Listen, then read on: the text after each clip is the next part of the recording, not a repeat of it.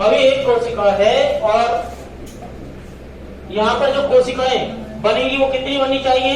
3 कोशिकाएं बननी चाहिए, क्योंकि एक परिपक्व परागकण में 3 कोशिकाएं होती हैं। तो सबसे पहले क्या होगा? एक कोशिका, इसके अंदर माइटोसिस होगा और माइटोसिस से 2 कोशिकाओं का निर्माण होगा। एक बड़ी कोशिका बनेगी और एक छोटी कोशिका बनेगी। एक बड़ी कोशिका बनेगी जिसका केंद्रक अनियमित आकार का होगा और एक छोटी कोशिका बनेगी। बड़ी कोशिका को बोला जाएगा वेजिटेटिव सेल या कायिक कोशिका और छोटी कोशिका को बोला जाएगा जनरेटिव सेल या जनन कोशिका। जनरेटिव सेल जो होती है ये स्पिंडल शेप होती है, तर्कु के समान सेल होती है। और कायिक कोशिका बड़ी होती है और इसका केंद्रक अनियमित आकार का होता है, बड़ा होता है। अब यहाँ पर जब भी डिवीजन हो रहा है वो कौन सा हो रहा है? माइटोसिस हो रहा है। और ये 2 कोशिकीय अवस्था है परागकण की, 2 सेल स्टेज है। और हमने ये बताया था कि 60% एंजियोस्पर्म, 60% एंजियोस्पर्म जो होते हैं उनमें परागकण 2 कोशिकीय अवस्था में रिलीज होते हैं।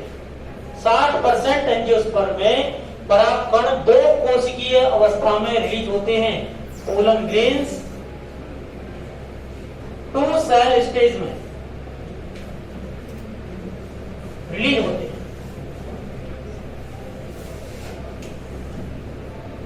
अब देखिए यहां पर जो माइटोसिस हुआ है, माइटोसिस से आपको पता है जेनेटिक मटेरियल का भी डिस्ट्रीब्यूशन हुआ है दोनों में। तो यहां पर एक बात बताएं आप कि जो डीएनए की मात्रा होगी इन दोनों में वो एक समान होगी या अलग अलग होगी? ये 2 कोशिकाएं जो बनी हैं इनमें अमाउंट ऑफ डीएनए एक समान होता है, अमाउंट ऑफ डीएनए इक्वल होता है, लेकिन अमाउंट ऑफ आरएनए अनइक्वल होता है, डिफरेंट होता है। क्यों होगा डिफरेंट? क्योंकि दोनों के अंदर साइटोप्लाज्म की मात्रा भी अलग अलग होती है। दोनों में साइटोप्लाज्म की मात्रा अलग अलग होने के कारण दोनों के अंदर आरएनए की मात्रा भी अलग अलग होती है, लेकिन डीएनए की मात्रा दोनों में इक्वल होती है। अब देखिए 2 कोशिकीय अवस्था में मान लो परागकण मुक्त हो गया है तो ये 3 कोशिकीय अवस्था में तो बनेगा, क्योंकि परागकण की जो अल्टीमेट स्टेज होती है वो कौन सी होती है? 3 कोशिकीय अवस्था वाला परागकण होगा। कोई भी परिपक्व परागकण होगा, मैच्योर मेल गैमेटोफाइट को रिप्रेजेंट करता है पोलन ग्रेन। परागकण जो होता है वो mature male gametophyte of the angiosperm होता है और इसके अंदर 3 कोशिकाएं होती हैं। तो जो 2 कोशिकीय अवस्था में परागकण मुक्त हुए हैं वो पहले स्टिग्मा पर जाते हैं और स्टिग्मा पर जाकर के जनरेटिव सेल में एक और विभाजन होता है और यहाँ पर 2 नर युग्मकों का निर्माण हो जाता है। आई बात समझ में? तो ये जो कोशिका है ये कितनी कोशिकाओं में डिवाइड हो जाएगी? 3 कोशिकाओं में बढ़ जाएगी। मतलब यहाँ पर 3 नर युग्मक बन जाएंगे। आगे बात समझ में? सॉरी 2 नर युग्मक बन जाएंगे। और ये देखिए ये वाली जो कोशिका है जनरेटिव सेल है, ये वेजिटेटिव कोशिका के कोशिका द्रव्य में तैरती रहती है, कायिक कोशिका के कोशिका द्रव्य में फ्लोटिंग करती रहती है। कौन सी सेल? Generative cell. और ये जो सेल है ये दोनों आगे बनकर के क्या बना लेंगी? 2 मेल गैमेट का फॉर्मेशन हो जाएगा, 2 मेल गैमेट्स। तो एक मैच्योर मेल गैमेटोफाइट में कुल कितनी कोशिकाएं होंगी? 3 कोशिकाएं होंगी। कौन कौन सी? 2 तो मेल गैमेट और 1 वेजिटेटिव सेल। आगे बात समझ में? अब ये जो 2 नर युग्मक हैं ये दोनों नर युग्मकों में जेनेटिक मटेरियल सेम होता है, इनकी प्लॉइडी भी सेम होगी। इस परागकण की प्लॉइडी क्या होगी? पूरे की अगुणित होगा। इसमें भी नंबर ऑफ क्रोमोसोम कितने होंगे? हैप्लॉइड होंगे। और प्रत्येक नर युग्मक के अंदर भी नंबर ऑफ क्रोमोसोम कितने होंगे? अगुणित ही होंगे। बोले हाँ तो सबकी समझ पा रहे हैं? अब मैं कह रहा था कि जो 40% एंजियोस्पर्म है उनमें ये विभाजन पहले ही हो जाता है और उनमें परागकण 3 कोशिकीय अवस्था में मुक्त होते हैं, जिनमें एक तो वेजिटेटिव सेल होती है और 2 नर युग्मक होते हैं। ठीक है भाई? अब इसके बाद हम बात करते हैं इसकी संरचना की।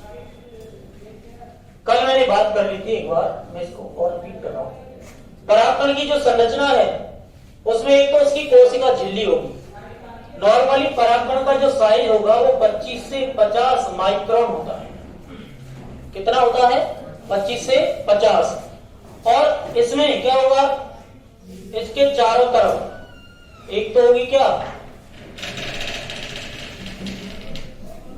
इसके चारों तरफ एक तो बाहर वाली लेयर होगी, इसे बोला जाएगा एक्साइन, और एक अंदर वाली लेयर होगी, इसे बोला जाएगा इंटाइन। और एक्साइन जो होगी वो किसकी बनी होती है? स्पोरोपोलिन की बनी होती है। और इंटाइन किसकी बनी होती है? पेप्टोसेल्यूलोज की बनी होती है। स्पोरोपोलिन का निर्माण किसने किया है? उबिस्क बॉडीज ने किया है। परागकण के चारों तरफ एक्साइन का निर्माण कौन करता है? उबिस्क बॉडीज करती है। और उबिस्क बॉडीज क्या काम करेगी? स्पोरोपोलिन का निर्माण करके एक्साइन बनाएगी। और स्पोरोपोलिन पादप जगत का सबसे कठोरतम कार्बनिक पदार्थ है, ऑर्गेनिक मटेरियल है, most resistant organic material of plant kingdom, most resistant organic material of plant kingdom, जिसको अपघटित करने वाले एंजाइम की खोज आज तक नहीं हुई। आगे बात समझ में। और इसका फंक्शन क्या होगा? ये करेगा, एक तो एसिडिटी के लिए रेजिस्टेंट होगा, एसिडिक के लिए, दूसरा एल्कलाइन के लिए, दूसरा होगा एल्कलाइन के लिए, और तीसरा किसके लिए होगा? टेम्परेचर के लिए होगा। तो ये तीन बातों के लिए क्या होगा? रेजिस्टेंट होगा।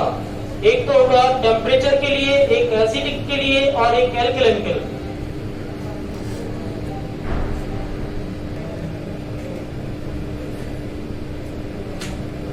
हाँ भाई देखिए, ये तो है एसिडिक, एल्कलाइन और टेम्परेचर। इन तीनों के लिए क्या होगा? ये रेजिस्टेंट होगा। और रेजिस्टेंट होने के बाद मतलब इसको प्रोटेक्शन मिलेगा इससे, ठीक है, प्रोटेक्शन मिलेगा और ये इजीली डिस्ट्रॉय नहीं होगा। और यही कारण है कि परागकण जीवाश्म के रूप में भी पाए जाते हैं। क्यों पाए जाते हैं? क्योंकि स्पोरोपोलिन का अपघटन नहीं हो सकता है। और स्पोरोपोलिन क्या होता है? कैरोटीनॉइड्स का बहुलक होता है। कैरोटीनॉइड्स का बहुलक, polymer of carotenoids, polymer of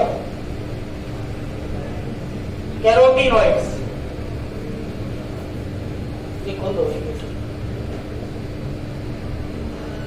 carotenoids का बहुलक होता है। ठीक है भाई, समझ में आ गया यहां तक? इसके बाद देखिए इंटाइन की बात करते हैं। अच्छा एक बात और देखिए, ये जो एक्साइन लेयर है ये कंटिन्यूअस नहीं होती है। कुछ स्थान ऐसे हैं जहां पर एक्साइन एब्सेंट है, इन्हें जर्म कोर या जर्म स्लिट्स कहा जाता है। ये क्या बोला जाएगा? जर्म कोर और जर्म स्लिट्स। इन्हें जर्म कोर या जर्म स्लिट्स बोला जाएगा, जन्म छिद्र बोला जाएगा इन्हें। और जन्म छिद्रों की संख्या तथा जो एक्साइन है इसका अलंकरण, अलंकरण से मतलब ये कितनी डिजाइन वाली है। आगे क्वेश्चन में shape, size, colour of and design of the polar grain, ये क्या होता है? वर्गीकी महत्व का लक्षण होता है। पादपों के पोलन ग्रेन की shape, size, colour and design अलग अलग होती है अलग अलग जातियों के सदस्यों में। और ये टैक्सोनॉमिक इंपॉर्टेंसी का कैरेक्टर होता है, वर्गीकी महत्व का लक्षण होता है। और इसमें किसको शामिल किया जाएगा? एक तो जर्म स्लिट्स की संख्या और एक्साइन का अलंकरण, ornamental of the exine, exine का अलंकरण कौन करते हैं?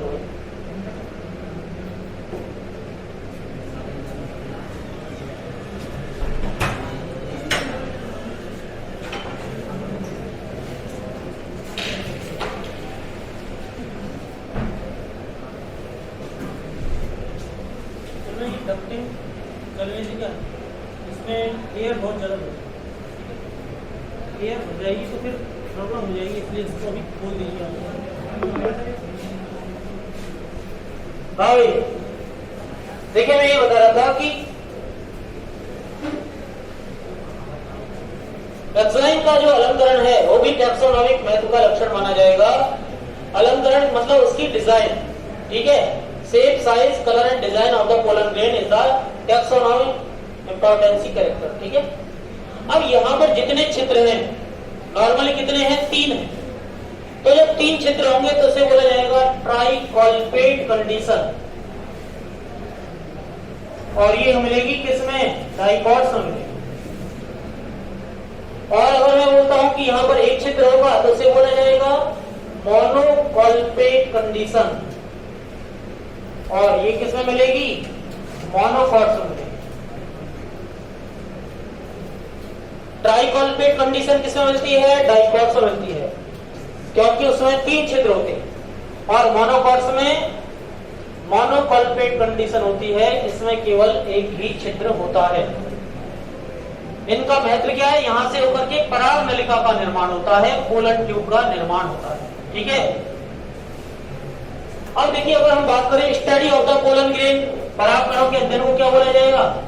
स्टडी ऑफ पोलन ग्रेन्स, इसे बोला जाएगा palynology. Study of pollen grain is known as the palynology. देखो यहाँ पर कई टर्म होती है। एक तो होता है पेलिएंटोलॉजी, पेलिएंटोलॉजी, दूसरा होता है पेलियोबॉटनी, तीसरा होता है पेलियोजूलॉजी,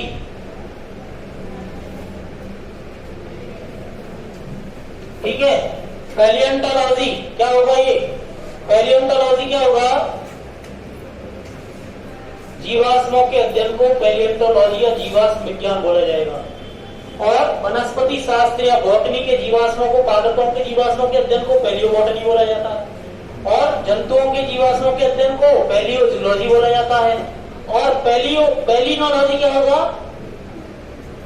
पराग कणों का अध्ययन, पेलिनोलॉजी। तो दोनों तीनों मिलती जुलती नाम है ये, तो ध्यान रखिए आप। पेलिनोलॉजी क्या होगा? पराग कणों का अध्ययन। और पराग कणों की संरचना का अध्ययन स्कैनिंग माइक्रोस्कोप के द्वारा किया जाता है। Scanning microscope, very important question. पराग कणों की संरचना का अध्ययन किससे किया जाता है? स्कैनिंग माइक्रोस्कोप के द्वारा किया जाता है। वेरी इंपॉर्टेंट है नीट के लिए, ठीक है। क्वेश्चन आपसे पूछा जाए कि पराग कणों की संरचना का अध्ययन कौन से माइक्रोस्कोप के द्वारा किया जाता है, तो आंसर आएगा स्कैनिंग माइक्रोस्कोप के द्वारा इसका अध्ययन किया जाता है। अब देखिए, अंदर वाली जो लेयर है वो क्या है? पेप्टोसेलुलोज की बनी हुई है। और ये कैसी होती है? फ्लेक्सिबल होती है, हार्ड नहीं होती है ये।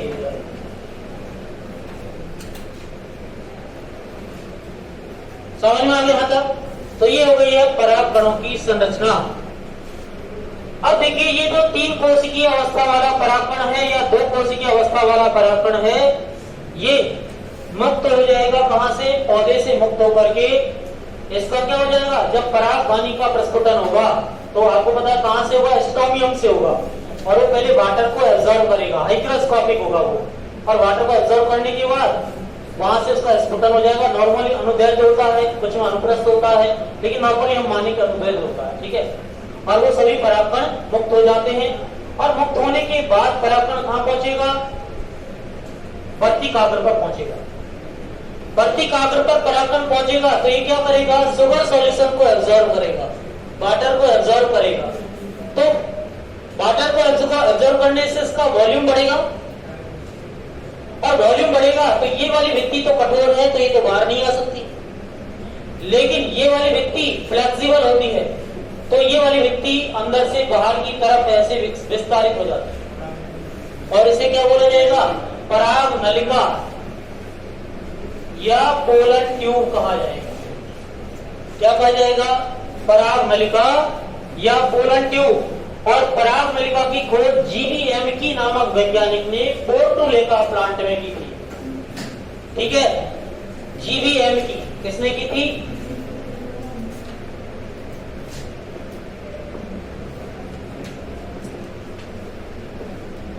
किसमें की थी? पोर्टुलेका प्लांट।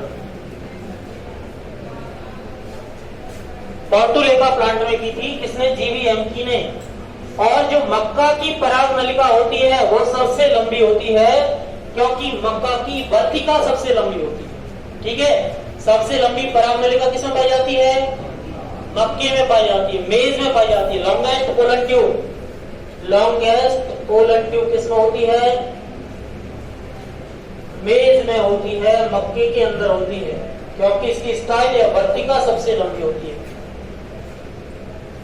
आगे बात समझ में आता?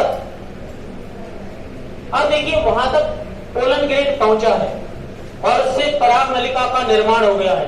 तो पराग नलिका के निर्माण होने के बाद क्या होगा? इससे होकर के दोनों नरयुग्मक स्टाइल से होते हुए कहां पहुंच जाएंगे? एक्स सेल तक पहुंच जाएंगे या पोलर न्यूक्लियाई तक पहुंच जाएंगे और वहां पर डबल फर्टिलाइजेशन हो जाएगा। अर्थात यहाँ पर दोनों नरयुग्मक गतिहीन होते हैं। जो नरयुग्मक होते हैं दोनों ही गतिहीन होते हैं, उनमें कोई मूवमेंट नहीं होता है। वो किसके माध्यम से जाते हैं? पराग नलिका के माध्यम से जाते हैं। उसमें सबसे आगे तो कौन जाएगा?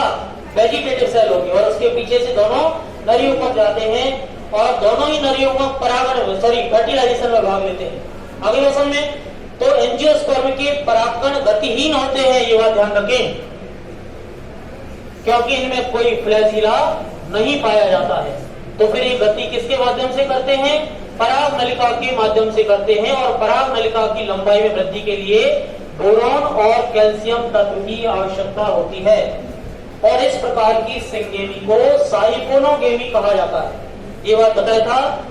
जब नर युग्मक मादा युग्मक तक पराग नलिका के माध्यम से पहुंचता है तो इसे साइकोनोगेमी कहा जाता है और जब नर युग्मक पानी के माध्यम से पहुंचता है तो इसे जोइडोगेमी कहा जाता है।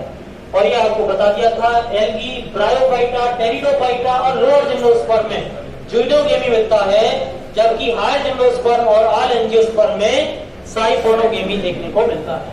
आगे बसान में अब यहाँ पर हम बात करें, मान लो पोलन ग्रेन है, तो पोलन ग्रेन की मान लो वहां से तो गिर गया है, प्लांट से तो सेड हो गया, लेकिन जब तक ये प्रोसेस करेगा कहां जाने की? स्टिग्मा पर पहुंचना चाहिए इसको। लेकिन स्टिग्मा पर पहुंचे या नहीं पहुंचे, अगर ये पहुंचे या नहीं पहुंचे, बस ये जीवित रहे। जीवित का मतलब जब ये निष्क्रिय हो जाएगा परागकण, तो पौधे से रिलीज होने के बाद से लेकर के और इसकी मृत्यु होने तक का जो समय होगा उसे बोला जाएगा viability period of the pollen grain. क्या बोला जाएगा? पोलन ग्रेन का जीवन काल बोला जाएगा, viability period of the pollen grain. तो पोलन ग्रेन का जीवन काल क्या होगा? Viability period of the pollen grain, viability period of pollen grain, viability period of pollen grains. क्या होता है viability period of the pollen grains? जीवन काल क्या होगा? परागकण के रिलीज होने से लेकर के निष्क्रिय होने तक का समय जो होगा उसे क्या बोला जाएगा? Viability period of the pollen grain. ठीक है, रिलीजिंग से लेकर के डेड होने तक का जो टाइम होगा उसे क्या बोला जाएगा? वायबिलिटी पीरियड बोला जाएगा। और ये अलग अलग जातियों के परागकणों में, अलग अलग जातियों के जो पोलन ग्रेन्स होते हैं उनमें अलग अलग होता है। जैसे कि हम खाद्यान्न की बात करते हैं, खाद्यान्नों में सीरियल्स, खाद्यान्न को क्या बोलते हैं इंग्लिश में? सीरियल्स। सीरियल्स में मैं बात करूं राइस की, राइस और व्हीट की बात करूं, गेहूं और मक्के की बात करता हूं, तो इनका जो वायबिलिटी पीरियड होता है वो लगभग 30 मिनट होता है। कितना होता है? 30 मिनट। और कुछ फैमिली जैसे कि रोजेसी फैमिली, लेग्यूमिनोसी फैमिली और सोलिनेसी फैमिली, इनका जो वायबिलिटी पीरियड होता है वो कितना होता है? कुछ महीने तक होता है। कुछ महीने तक उनका वायबिलिटी पीरियड होता है। इंपॉर्टेंट है ये बात। इनका जो वायबिलिटी पीरियड है वो अलग अलग होता है।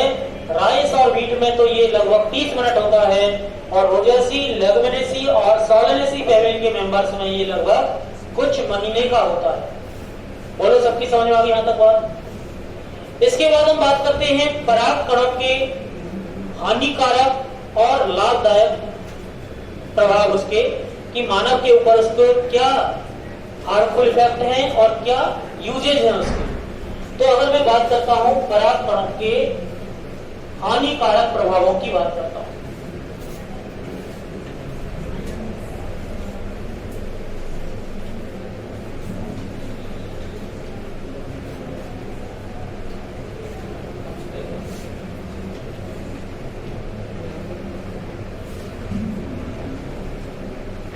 harmful effects of the pollen grains, harmful effects of pollen grains,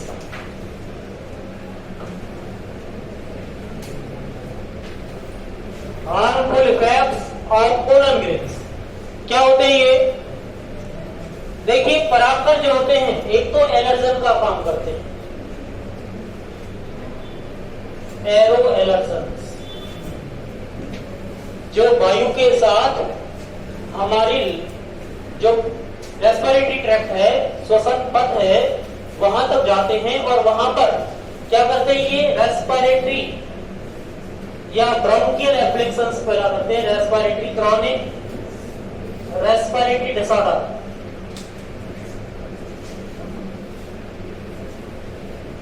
या हम बोले रेस्पिरेटरी या ब्रोंकियल एफ्लिक्शंस, ब्रोंकियल एफ्लिक्शंस। ठीक है, ये तो जो ब्रोंकाई है हमारी, उस ब्रोंकाई में क्या हो जाएगा, इन्फेक्शन हो जाएगा, तो ब्रोंकाइटिस हो जाएगा या फिर अस्थमा हो जाएगा। ये प्रॉब्लम क्रिएट करेगा कौन, एलर्जेंस। ठीक है, और ये नॉर्मली कौन कौन से प्लांट है ऐसे जिनसे होता है? एक तो है पार्थेनियम, जिसे बोला जाता है कैरेट ग्रास, गाजर घास, और ये गेहूं के साथ, आयातित गेहूं के साथ कंटामिनेंट के फॉर्म में आई थी, और इंडिया में एक किसके साथ आया है, came into India with as contaminant with imported wheat, और ये शीघ्र ही सब जगह फैल गई, देश व्यापी हो गई, सर्वव्यापी हो गई। और इसके एलर्जेंस जो होते हैं वो क्या काम करते हैं, एलर्जेंस का काम करते हैं। इसके पोलन ग्रेन्स एलर्जी क्रिएट करते हैं, ब्रोंकाइटिस और अस्थमा। इसके अलावा जीनोपोडियम,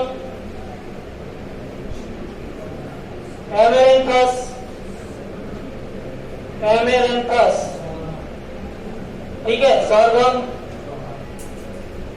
ये सभी, इनके जितने भी ये जो प्लांट्स होते हैं, इनके पोलन ग्रेन से क्या होते हैं, एलर्जी होती है, ब्रोंकाइटिस होता है, अस्थमा होता है। इसके अलावा एक होता है एम्ब्रोसिया, और एम्ब्रोसिया के जो प्लांट्स होते हैं क्या करते हैं, हे फीवर क्रिएट करते हैं, हे फीवर। ठीक है, हे फीवर क्रिएट करते हैं किसके, एम्ब्रोसिया के परागकण जो होते हैं। जो घास फूस से जो बुखार आता है ना, उसे बोला जाता है हे फीवर। एक प्रकार की एलर्जन से होने वाला फीवर होता है। ठीक है, समझ में आ गया था? तो ये इसके हानिकारक प्रभाव हो गए परागकणों के। इसके बाद हम बात करें परागकणों के यूज, परागकणों के क्या उपयोग होते हैं। अगर हम पोलन ग्रेन्स के यूजेस की बात करें तो परागकणों के उपयोग में एक तो इनका उपयोग फूड सप्लीमेंट के रूप में किया जाता है, फूड सप्लीमेंट के रूप में यूज किया जाता है। अब फूड सप्लीमेंट क्या होता है, जैसे नॉर्मली आप खाना खा रहे हैं लेकिन उससे आपको पूरी तरीके से पोषक पदार्थ नहीं मिल पा रहे, तो हम क्या करते हैं, कई बच्चे, कई लोग क्या है, पाउडर का यूज करते हैं। कोई प्रोटीन लेता है, कोई और कोई पाउडर लेता है, या फिर कोई फूड सप्लीमेंट के लिए कैप्सूल लेते हैं, ऐसे बहुत सारी कैप्सूल खाते हैं, या कोई टैबलेट खाते हैं, जैसे कोई कैल्शियम की टैबलेट खा रहा है, कोई और कोई सा कैप्सूल ले रहा है काम में, ठीक है। तो ऐसे ही पराग कणों को भी इसके काम में लिया जाता है, लेकिन डायरेक्ट पराग कणों को नहीं लिया जाता। पराग कण किस रूप में आते हैं? पोलन टैबलेट के रूप में आते हैं। पोलन टैबलेट्स, पोलन सिरप, इसके रूप में ये परागकण आते हैं। और परागकणों का उपयोग न्यूट्रिशन के रूप में, पोषक पदार्थों के रूप में, फूड सप्लीमेंट की तरह किया जाता है। आगे बात समझ में। और इसका फायदा क्या होगा? इससे जो एथलीट्स होते हैं, जो धावक होते हैं, उनकी परफॉर्मेंस में बहुत ज्यादा सुधार होता है। और जो धावक घोड़े होते हैं, रेसिंग हॉर्स होते हैं, उनमें भी इससे परफॉर्मेंस में सुधार हो जाता है। एक तो रेस हॉर्सेज में और दूसरे एथलीट्स में इसका यूज किया जाता है। जैसे कि इसका एक ब्रांड नेम है बी पोलन। बी पोलन एक ब्रांड नेम है किसका? पोलन टैबलेट का। पोलन टैबलेट का एक ब्रांड नेम है क्या? Bee pollen. इस फॉर्म में ये देखने को मिलता है। आगे बात समझ में। तो फूड सप्लीमेंट के फॉर्म में पोलन टैबलेट्स को यूज में लिया जाता है, पोलन सिरप्स का यूज किया जाता है। अब हम बात करें इनका संरक्षण, इनका प्रिजर्वेशन, कि पोलन ग्रेन को मान लो लॉन्ग टाइम तक सुरक्षित रखा जाए। तो कैसे सुरक्षित रखा जाए? तो इसके लिए क्या किया जाएगा? इसे बोला जाता है क्रायो प्रिजर्वेशन। क्रायो प्रिजर्वेशन, शीत परिरक्षण इसे बोला जाता है। क्रायो प्रिजर्वेशन का मतलब क्या होगा? शीत परिरक्षण। और शीत परिरक्षण क्या होगा कि पराग कणों को, पोलन ग्रेन्स को -196 डिग्री सेंटीग्रेड ताप पर लिक्विड नाइट्रोजन के अंदर स्टोरेज किया जाता है। इनका स्टोरेज करना क्या कहलाएगा? बोलो। पोलन ग्रेन्स को -196 डिग्री सेंटीग्रेड ताप पर तरल नाइट्रोजन में संरक्षित करना क्रायो प्रिजर्वेशन कहलाता है। अब केवल ऐसा नहीं है, क्रायो प्रिजर्वेशन पराग कणों के लिए ही होता है, ये और किसी के लिए भी हो सकता है। जैसे कि ये स्पर्म के लिए भी हो सकता है, ये सीमन के लिए भी हो सकता है, ये ओवम के लिए भी हो सकता है, ये जीन के लिए भी हो सकता है। आगे का समझ में। ये किसी के लिए भी हो सकता है, ये सीड के लिए भी हो सकता है, बीज के लिए भी हो सकता है। अगर हम इनको सभी को, किसी भी पदार्थ को, किसी भी जीवित पदार्थ को -196 डिग्री सेंटीग्रेड ताप पर तरल नाइट्रोजन में संरक्षित रखा जाता है, तो उसे क्रायो प्रिजर्वेशन के नाम से जाना जाएगा। आगे का समझ में। अब देखिए, जिस स्थान पर इनका संरक्षण किया जाएगा उसे क्या बोला जाएगा? उसे बोला जाएगा पोलन बैंक। पोलन बैंक बोला जाएगा उसे। ऐसा सीमन बैंक भी हो सकता है, ऐसा स्पर्म बैंक भी हो सकता है, ओवम बैंक भी हो सकता है, इसके अलावा सीड बैंक भी हो सकता है, इसके अलावा जीन बैंक भी हो सकता है।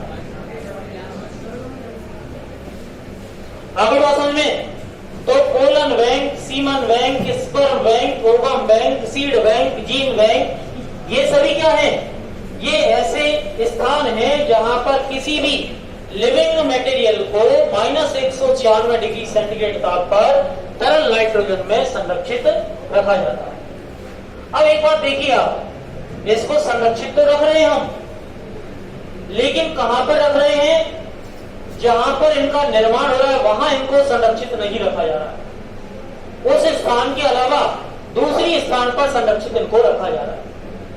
तो ऐसा संरक्षण जिसमें कोई भी सजीव पदार्थ को उसके बनने के स्थान से दूर संरक्षित रखा जाता है। जहां पर वो बनता है उसकी जगह दूसरे स्थान पर उसे संरक्षित रखा जाता है। इसे क्या बोला जाएगा? इसे। संरक्षण बोला जाएगा। एक्स-सीटू कंजर्वेशन, या ऑफ साइट कंजर्वेशन इसे बोला जाएगा। ऑफ साइट कंजर्वेशन क्या बोला जाएगा इसको भाई? एक्सिटू कंजर्वेशन और ऑफ साइट कंजर्वेशन इसको बोला जाएगा। और आपको पता हो कि नीट का पेपर इसके बिना नहीं बनता है, क्योंकि इसमें तो ये जरूर आता है, इंपॉर्टेंट है नीट के लिए, उसका पेपर नहीं बनता इसके बिना। या तो एग्जाम्पल आएगा किसका? NC2 का, या फिर आएगा FC2 का। FC2 का मतलब जो भी पदार्थ संरक्षित करना हो उसके बनने के स्थान से हटाकर दूसरी जगह संरक्षित रखा जाए तो से FC2। तो ये जितने भी एग्जाम्पल हैं, gene bank, seed bank, ovum bank, sperm bank, semen bank, polar bank, gene library, ये सभी किसके एग्जाम्पल होंगे? FC2 कंजर्वेशन के एग्जाम्पल होंगे। ये बायोडाइवर्सिटी में पढ़ाएंगे हम, ठीक है? 15वां चैप्टर आएगा ना, वहां पढ़ाएंगे बायोडाइवर्सिटी, और इसमें से जरूर 1% आता है, 100%। और भी इसके एग्जाम्पल क्या होंगे? Zoological park, botanical park, botanical garden, ये सब किसके एग्जाम्पल? म्यूजियम, ये सभी इसके एग्जाम्पल होंगे। और अगर हम बात करें NC2 कंजर्वेशन की बात करेंगे तो NC2 कंजर्वेशन में कौन से एग्जाम्पल होंगे? NC2 जहां पर कोई बन रहा है वहीं पर उसका संरक्षण कर किया जा रहा है, तो ये कौन होंगे? नेशनल पार्क होंगे, नेशनल पार्क। और क्या होगा इसके अलावा? नेशनल पार्क के अलावा बायोस्फीयर रिजर्व, बायोस्फीयर रिजर्व। अगले साइड में सैक्रेड बोलते ना, पवित्र वन, सैक्रेड ग्रुप्स, पवित्र वन, ये भी क्या होते हैं? ये भी इसके उदाहरण होते हैं। किसके? NC2 कंजर्वेशन के एग्जाम्पल होते हैं। अर्थात जिसको जहां बन रहा है वहीं पर संरक्षित कर दिया जाएगा तो वो NC2 कंजर्वेशन का एग्जाम्पल होगा, और वहां से हटाकर किसी सुरक्षित स्थान पर उसको संरक्षित रखा जाएगा, वो FC2 कंजर्वेशन का एग्जाम्पल होगा। आगे बात समझ। तो यहाँ जो बन रहा है, हम कह रहे हैं कि -196 डिग्री सेंटीग्रेड तापमान, ये सबकी समझ में आ गया होगा। अच्छा, एक बात और ध्यान रखिए, परागकण का परिवर्धन और जर्मिनेशन कहां पर स्टार्ट हो जाता है? जहां पर बन रहा है वहीं पर, तो उस डेवलपमेंट को भी क्या बोला जाएगा? NC2 डेवलपमेंट बोला जाएगा। परागकण का जो परिवर्तन हो रहा है, परागकण पहले तो एक कोशिकीय अवस्था वाला था, फिर 2 कोशिकीय अवस्था वाला हुआ, और ultimate stage of the pollen grain कितनी हुई? 3 सेलुलर स्टेज हुई। और 3 कोशिकीय अवस्था में जो परागकण है वो वहां से रिलीज होगा या 2 कोशिकीय अवस्था में होगा, लेकिन जो मैच्योर पोलन ग्रेन होगा वो 3 सेलुलर स्टेज वाला होगा। तो ये जो परिवर्तन है ये वहीं पर स्टार्ट हो जाता है, कहां पर? जहां पर परागकण बन रहा है। तो इस प्रकार की डेवलपमेंट को NC2 डेवलपमेंट कहा जाता है। परागकण का डेवलपमेंट कहां पर हो जाता है स्टार्ट? पोलन सैक के अंदर ही स्टार्ट हो जाता है, और इसे क्या बोला जाएगा? NC2 डेवलपमेंट बोला जाएगा। NC2 डेवलपमेंट बोला जाएगा। बोलो, सबकी समझ में आ गया यहां तक? कोई दिक्कत है किसी को? ये तो हो गया है यहां तक परागकण के बारे में। अब देखिए कुछ टर्मिनोलॉजी और है कि सबसे बड़ा परागकण किसमें होता है, सबसे छोटा किसमें होता है, सबसे लंबा किसमें होता है। ये different type of the pollen grains हैं। तो देखिए, largest pollen grain, largest pollen grain ये मिलते हैं मिराबिलिस में। मिराबिलिस, मिराबिलिस जलापा पूरा नाम होता है इसका, मिराबिलिस जलापा। और इसे 4 बजे का पौधा भी कहा जाता है, 4 o'clock प्लांट, 4 बजे का पौधा भी इसको कहा जाता है। और दूसरा, ये किसका उदाहरण माना जाता है? ये पौधा, ये इनकम्प्लीट डोमिनेंस का एग्जाम्पल माना जाता है, पूर्ण प्रभाविता का उदाहरण माना जाता है। अपूर्ण प्रभाविता इसके अंदर मिलती है। क्या होती है अपूर्ण प्रभाविता? जैसे मान लो ये लाल रंग का पुष्प वाला पौधा है और इसका क्रॉस करा दिया सफेद रंग के फ्लावर वाले प्लांट के साथ, और यहाँ पर F1PD मिलेगी, तो सभी पौधे कैसे मिलने चाहिए? बोलो, रेड मिलने चाहिए थे ना, लेकिन नहीं मिलते। वो कैसे मिलते हैं? वो पिंक मिल जाते हैं। कैपिटल आर स्मॉल आर ये कैसे मिल जाते हैं? पिंक मिल जाते हैं। तो लाल मिलने चाहिए लेकिन मिल कैसे रहे हैं? पिंक मिल रहे हैं। तो ये मतलब R capital R small R पर पूरी तरह से प्रभावी नहीं है, तो इनका इंटरमीडिएट बन गया, इनका मध्यवर्ती रंग बन गया। लाल और सफेद को मिलाया तो मध्यम कलर बन गया, कौन सा? पिंक। और इसीलिए इसे क्या बोला जाता है? अपूर्ण प्रभाविता बोला जाता है। और अपूर्ण प्रभाविता मेंडल के प्रभाविता के नियम का अपवाद माना जाता है। Is the exception of law of dominance of the Mendel. और ये क्या होगा? किसको मिलेगा? मिराबलिस जलावा। ठीक है, तो मतलब ये इसका इससे कोई मतलब नहीं है, लेकिन यहाँ आया था टर्म तो मैंने बता दिया था कि परागकण में परागकण सबसे बड़े किसमें मिलते हैं? मिराबलिस जलावा मिलते हैं। आपको ध्यान रहेगा, कम से कम कुछ तो ध्यान रहेगा इसमें। इतना बताया तो एक आध लाइन तो ध्यान रहेगी। इसे 4 बजे का पौधा कहा जाता है। इसमें अपूर्ण प्रभाविता मिलती है। अपूर्ण प्रभाविता क्या होती है? ये मेंडल की प्रभाविता के नियम का अपवाद होती है। ठीक है, इसके बाद देखिए स्मॉलेस्ट पोलन ग्रेन की बात कर रहा हूं। सबसे छोटे परागकण जो होते हैं स्मॉलेस्ट पोलन ग्रेन, ये मायोसॉटिस में मिलते हैं। किसमें मिलते हैं? मायोसॉटिस। और लॉन्गेस्ट पोलन ग्रेन ये जॉस्टेरा में मिलते हैं। जॉस्टेरा समुद्री घास इसको बोला जाता है, मेराइन ग्रास। मेराइन ग्रास समुद्री घास है। जॉस्टेरा रिबन लाइक पोलन ग्रेन्स होते हैं इसके, पीते के समान रिबन लाइक पोलन ग्रेन्स।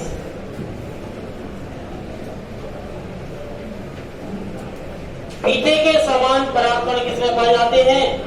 जॉस्टेरा में पाए जाते हैं। जॉस्टेरा बहुत इंपॉर्टेंट है। क्यों है इंपॉर्टेंट ये? क्योंकि जॉस्टेरा में जो परागण होता है ना, वो जल के अंदर होता है। अर्थात इसमें जल के अंदर परागण होता है, जल परागण इसके अंदर मिलता है। और जिन पौधों के अंदर जल परागण होता है उनके परागकणों की चारों तरफ एक और परत मिलती है जिसे म्यूसिलेज कहा जाता है। क्या कहा जाता है? म्यूसिलेज, जो कि इनको गीले होने से बचाती है, अर्थात पानी से नष्ट होने से बचाती है। ठीक है, ऐसे पौधे जिनमें पानी के द्वारा या जल के द्वारा परागण होता है, उनके परागकणों की चारों तरफ एक अतिरिक्त लेयर होती है, उसे म्यूसिलेज कहा जाता है, जो कि इन परागकणों को पानी से नष्ट होने से बचाने का कार्य करती है। ये बात समझ में आ जानी चाहिए। तो जॉस्टेरा में मिलेगा कि नहीं मिलेगा? मिलेगा, क्योंकि जॉस्टेरा के अंदर वाटर के अंदर पॉलिनेशन होता है। जॉस्टेरा में हाइपोहाइड्रोफिली मिलता है। हाइड्रोफिली भी 2 प्रकार का होगा। जल की सतह के ऊपर परागण, उसे बोला जाएगा हाइपो एपीहाइड्रोफिल। और जल के अंदर होगा हाइपोहाइड्रोफिल। जल के ऊपर होगा उसे एपीहाइड्रोफिली वेलिस्नेरिया में मिलेगा। और हाइपोहाइड्रोफिली किसमें मिलेगा? जॉस्टेरा के अंदर मिलेगा। ठीक है, समझ में आ गया? यहाँ तक कोई दिक्कत है किसी को? बोलिए भाई। अब देखिए इसके अलावा भी अगर हम बात करें साइप्रेसी फैमिली के सदस्यों की बात करें, साइप्रेसी फैमिली के सदस्यों में इसमें क्या होगा भाई कि जो 4 माइक्रोस्पोर बने थे, जो 4 माइक्रोस्पोर बनते हैं माइक्रोस्पोरोजेनेसिस के द्वारा, उनमें से 3 माइक्रोस्पोर तो नष्ट हो जाते हैं। केवल 1 माइक्रोस्पोर ही पोलन ग्रेन बनाता है। आगे बात समझ में? तो साइप्रेसी फैमिली के सदस्यों में 3 माइक्रोस्पोर्स तो क्या होते हैं? डिजनरेट हो जाते हैं। और केवल 1 माइक्रोस्पोर ही पोलन ग्रेन में कन्वर्ट होता है। ये पोलन ग्रेन बनाता है। समझ में आ गया? तब पोलन ग्रेन केवल 1 ही माइक्रोस्पोर बनाता है। किसमें होता है ऐसा? साइप्रेसी फैमिली के सदस्यों में होता है। ऐसे अगर हम बात करें मान लो एस्कलपाइडेसी फैमिली के सदस्य और ऑर्किडेसी फैमिली के सदस्य, तो उनमें परागकण मिलकर के एक पिंड बना लेते हैं और उसे परागपिंड या पॉलिनियम कहा जाता है। तो पॉलिनियम किसे मिलेगा? पॉलिनियम मिलेगा, किसे मिलेगा? पॉलिनियम एक तो मिलेगा ऑर्किडेसी फैमिली के सदस्यों और दूसरा मिलेगा एस्कलपीडिएसी, एस्कलपाइडेसी।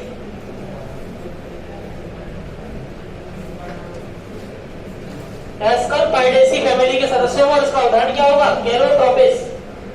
कैलोट्रोपिस इसका उदाहरण होगा। दो पौधे होते हैं, एक तो होता है ओक प्लांट और एक होता है आक। आक बोलते हैं ना, आक। एक तो ओक प्लांट होता है, का सुगर होता है ओक प्लांट, तो जिससे सुबेरिन बहुत मात्रा में मिलता है उसे ओक प्लांट बोला जाता है। और ये होता है कैलोट्रोपिस, आक जिसे बोलते हैं हम आम बोलचाल की भाषा में। आक का जो पौधा होता है वो कौन सा होता है? कैलोट्रोपिस होता है। इसको बहुत सारे मवेशी नहीं खाते हैं। क्यों? क्योंकि इसके अंदर ऐसे पदार्थ होते हैं जो उनके कार्डियक सिस्टम को प्रभावित कर देते हैं। ठीक है, तो ये सब पढ़ाएंगे। ये परभक्षियों से बचने के लिए अनुकूलन आते हैं, अनुकूलन होते हैं इनमें, ये उसमें पढ़ाएंगे हम इकोलॉजी के अंदर। तो कैलोट्रोपिस और ऑर्किडेसी फैमिली के सदस्यों में क्या मिलता है? परागपिंड मिलते हैं। और परागपिंड क्या है? मान लो ये पोलन है,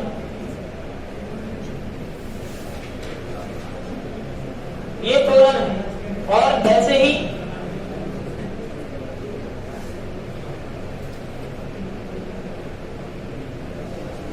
और ये देखिए, ये पोलन ऐसे दोनों मिलकर के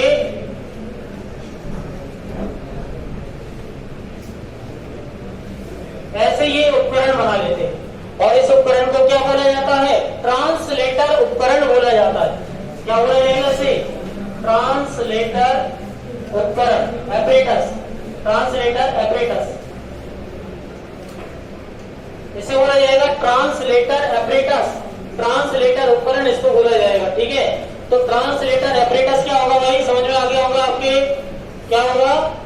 जब दो परागपिंड मिलकर के एक संरचना का निर्माण करते हैं तो इसे ट्रांसलेटर उपकरण कहा जाता है।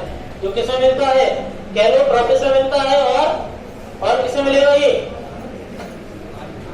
ऑर्किडेसी फैमिली के सदस्य। समझ में आ गया? कोई दिक्कत है किसी को? कोई प्रॉब्लम है तो बताएं। अब देखिए, ये जो परागकण का निर्माण हुआ है, ये परागकण, इनका निर्माण क्यों हुआ है?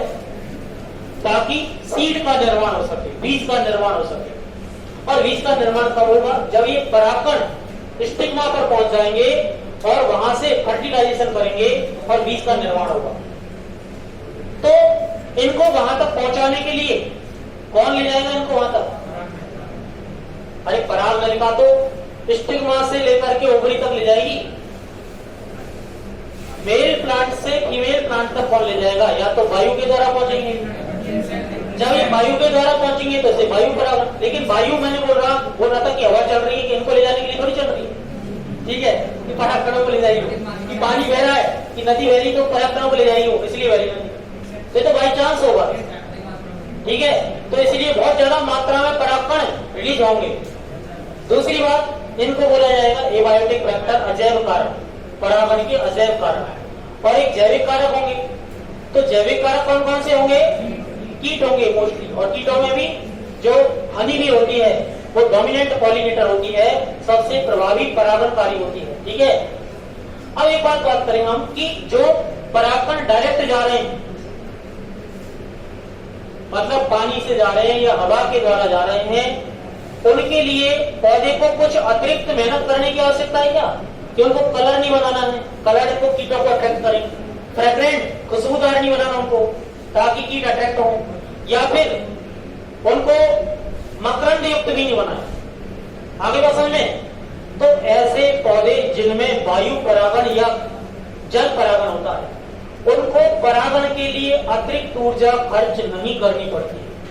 क्यों नहीं करनी पड़ती है? ना तो उनको कलरफुल होना पड़ता है, ना उनको फ्रेग्रेंट होना पड़ता है, ना ही उनको नेक्टर युक्त या मकरंद युक्त होना पड़ता है। लेकिन जिन पौधों में कीटों के द्वारा परागण होता है उनको अतिरिक्त ऊर्जा खर्च करनी पड़ती है। क्यों? कीटों को अट्रैक्ट करने के लिए, कीटों को आकर्षित करने के लिए अतिरिक्त ऊर्जा खर्च करनी पड़ती है। आगे क्या समझ में? क्योंकि कीटों को बदले में लालच में क्या मिलता है?